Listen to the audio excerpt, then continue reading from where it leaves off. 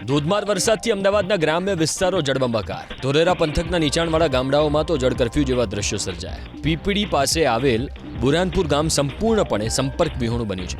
મુખ્ય હાઈવેથી ગામ સુધી પહોંચવાનો 3 કિલોમીટરનો રસ્તો આખો જળમગ્ન બન્યો. ભોગાવ નદીના પાણી ફરી વળતા પૂર જેવી સ્થિતિ સર્જાઈ. બુરહાનપુર, આનંદપુર અને વાણી તળાવ જેવા નીચાણવાળા ગામો દરિયામાં ફેરવાઈ ગયા. જળ કર્ફ્યુ વચ્ચે ગ્રામજનો માટે ટ્રેક્ટર એકમાત્ર જીવાદોરી બન્યું. જીવન જરૂરિયાતની ચીજવસ્તુઓથી લઈને તબીબી સહાય માટે ટ્રેક્ટર મારફતે જ ગામ સુધી પહોંચાડવામાં આવી રહી છે. પૂરની આ સ્થિતિ પાછળ ગ્રામજનો આસપાસના વિસ્તારોમાં હાઈવે ઊંચા થઈ ગયાનો આરોપ લગાવી રહ્યા છે. ગ્રામજનોનો આરોપ છે કે નવા ઔદ્યોગિક એકમોને લીધે કુદરતી પાણીના નિકાલના સ્ત્રોત બંધ થઈ ગયા છે. નવા હાઈવેમાં અનેક જગ્યાએ નાળા સાંકડા બનાવાયા છે, જેને કારણે પાણી આગળ વધી શકતું નથી. જળ તાંડવ વચ્ચે ફસાયેલા ગ્રામજનો માટે સ્થાનિક વહીવટી પ્રશાસન અને પોલીસની ટીમ પણ મદદે આવી. તમામ અસરગ્રસ્તોને રેસ્ક્યુ કરીને સુરક્ષિત આશ્રય સ્થાનોમાં આશરો આપવામાં આવી રહ્યો છે, જે અસરગ્રસ્તો માટે પાણી, ભોજનની વ્યવસ્થા કરીને તબીબોની ટીમને પણ તૈનાત કરી દેવાઈ છે. ભોગાવો નદીના પાણી ફરી વળતા 2 હાઈવે પરનો વાહન વ્યવહાર સંપૂર્ણપણે ઠપ થયો છે.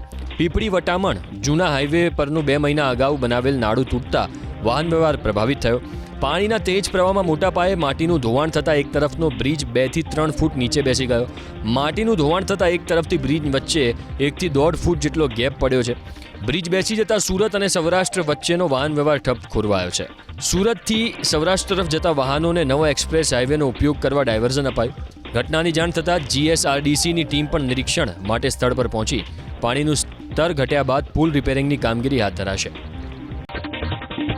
ટીવી સ્ક્રીન પરના આ દ્રશ્યો અમદાવાદ જિલ્લાના ધંધુકા બગોદરા હાઈવેના છે, જ્યાં જુઓ ત્યાં ફક્ત અને ફક્ત પાણીનું સામ્રાજ્ય છવાયેલું છે.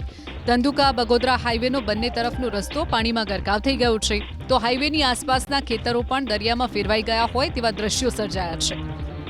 સાણંદની સ્માર્ટ GIDCમાં ભારે વરસાદને લીધે ઉદ્યોગોને મોટા પ્રમાણમાં નુકસાની વેઠવાનો વારો આવ્યો છે. 50થી વધુ ફેક્ટરીઓમાં વરસાદી પાણી ઘૂસી જતા ઉત્પાદન પર ગંભીર અસર પડી છે. ફેક્ટરીઓમાં પાણી ભરાતા અંદાજે 100 કરોડથી પણ વધુનું નુકસાન થયાનું ઉદ્યોગકારોનો અંદાજ છે. રોષે ભરાયેલા ઉદ્યોગકારોએ GIDC ઓફિસ સુધી રેલી યોજી તાત્કાલિક પાણી નિકાલની કાયમી વ્યવસ્થા કરવાની માંગ કરી છે. ઉદ્યોગકારોનો આરોપ છે કે ગયા વર્ષે 300 કરોડના ખર્ચે ડ્રેનેજ લાઇનનું કામ તો કરવામાં આવ્યું, તેમ છતાં વરસાદી પાણીના નિકાલની સમસ્યા યથાવત છે. કામગીરીમાં ભ્રષ્ટાચારની આશંકા વ્યક્ત કરી ઉદ્યોગકારોએ ઉચ્ચસ્તરીય તપાસની માંગ કરી. આ તરફ બાવળાના ધીંગડા ગામે ઉપરવાસમાંથી આવતા પાણીના તેજ પ્રવાહે તારાજી સર્જી. ડ્રોન કેમેરામાં કેદ થયા તારાજીના આ દ્રશ્યો જુઓ. ઘર, શાળા, મંદિર, ખેતર, જ્યાં જુઓ ત્યાં બસ પાણી જ પાણીનું સામ્રાજ્ય છવાયેલું છે. આખું ગામ બેટમાં ફેરવાઈ ગયું છે. 2 દિવસમાં પ્રશાસને 170 જેટલા લોકોનું રેસ્ક્યુ કરી સલામત સ્થળે ખસેડ્યા છે.